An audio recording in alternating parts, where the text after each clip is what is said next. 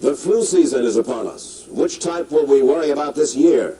And what kind of shots will we be told to take? Remember the swine flu scare of 1976? That was the year the U.S. government told us all that swine flu could turn out to be a killer that could spread across the nation. And Washington decided that every man, woman, and child in the nation should get a shot to prevent a nationwide outbreak, a pandemic. Well, 46 million of us obediently took the shot. And now 4,000 Americans are claiming damages from Uncle Sam amounting to $3.5 billion because of what happened when they took that shot. By far the greatest number of the claims, 2/3 of them, are for neurological damage or even death, allegedly triggered by the flu shot.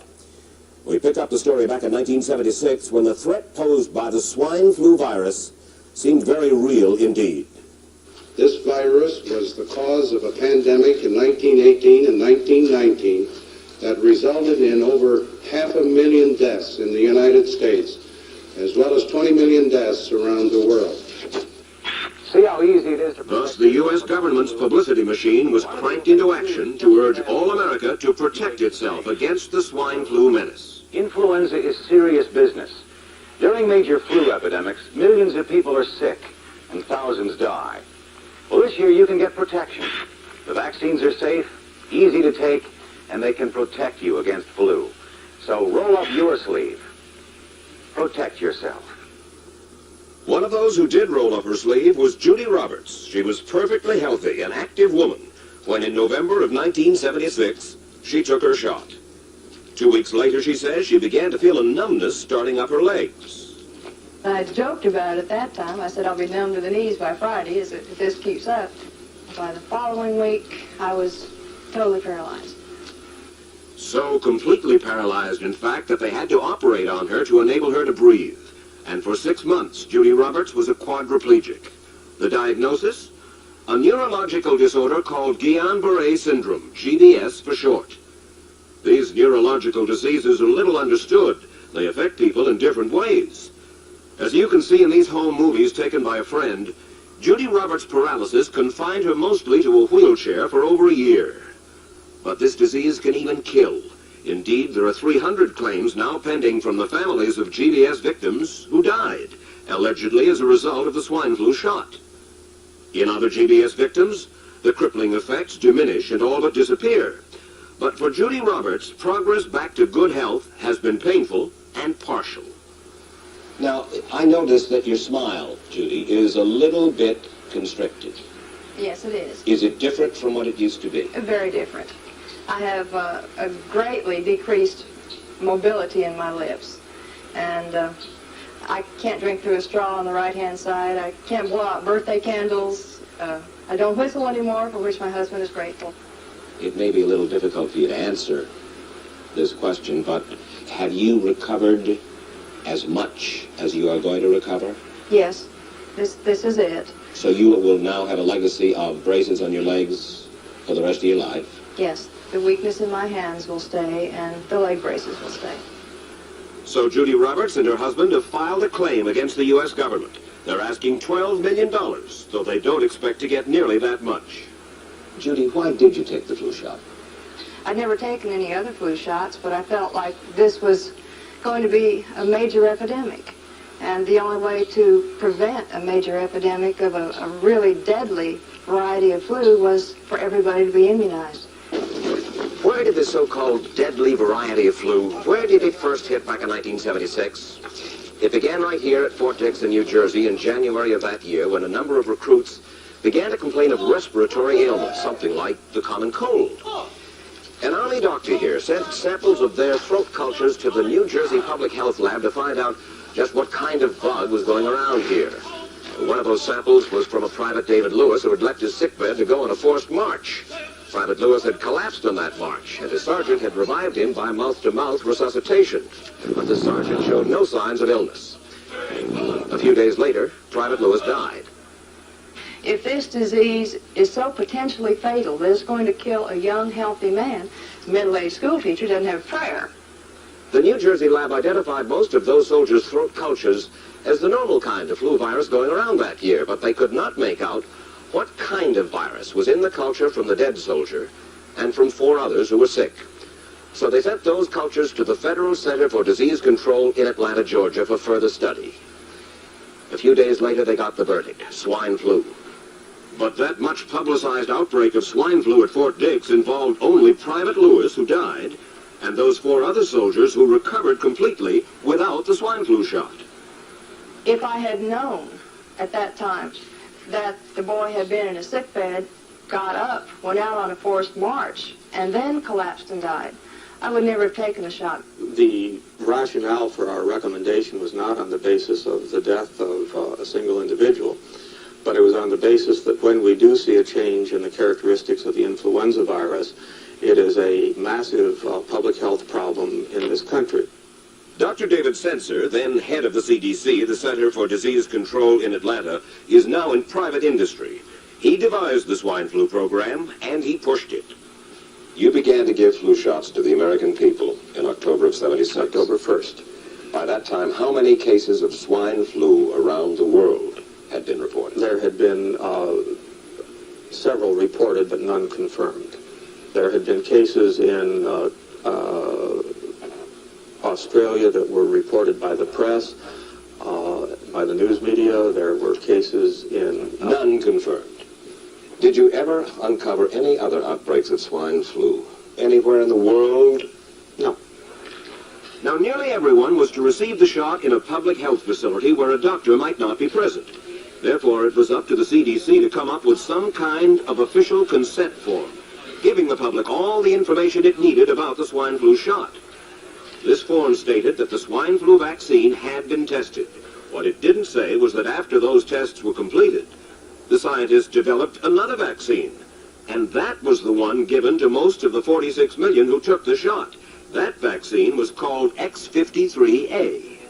Was X53A ever field tested? I can't say. I would have to... It wasn't. I don't know. Well, I would think that you're in charge of the program. I would have to check the records. I haven't looked at this in some time.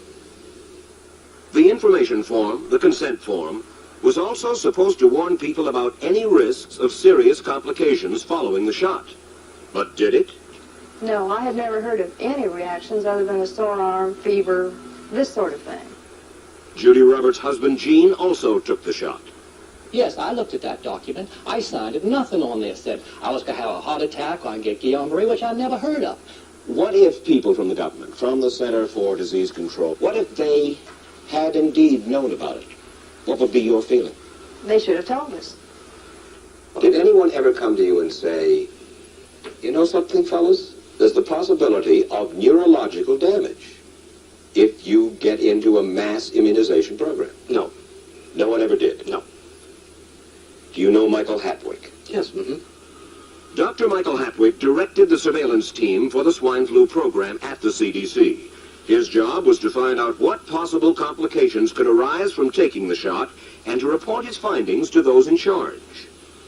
Did you know ahead of time, Dr. Hatwick, that there had been case reports of neurological disorders, neurological illness, apparently associated with the injection of influenza vaccine? Absolutely.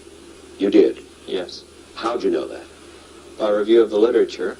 So you told your superiors, the men in charge of the swine flu immunization program, about the possibility of neurological disorders? Absolutely.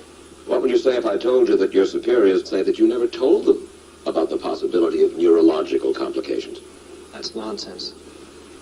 I can't believe that they would say that they did not know that there were neurological illnesses associated with influenza vaccination. That simply is not true. We did know that.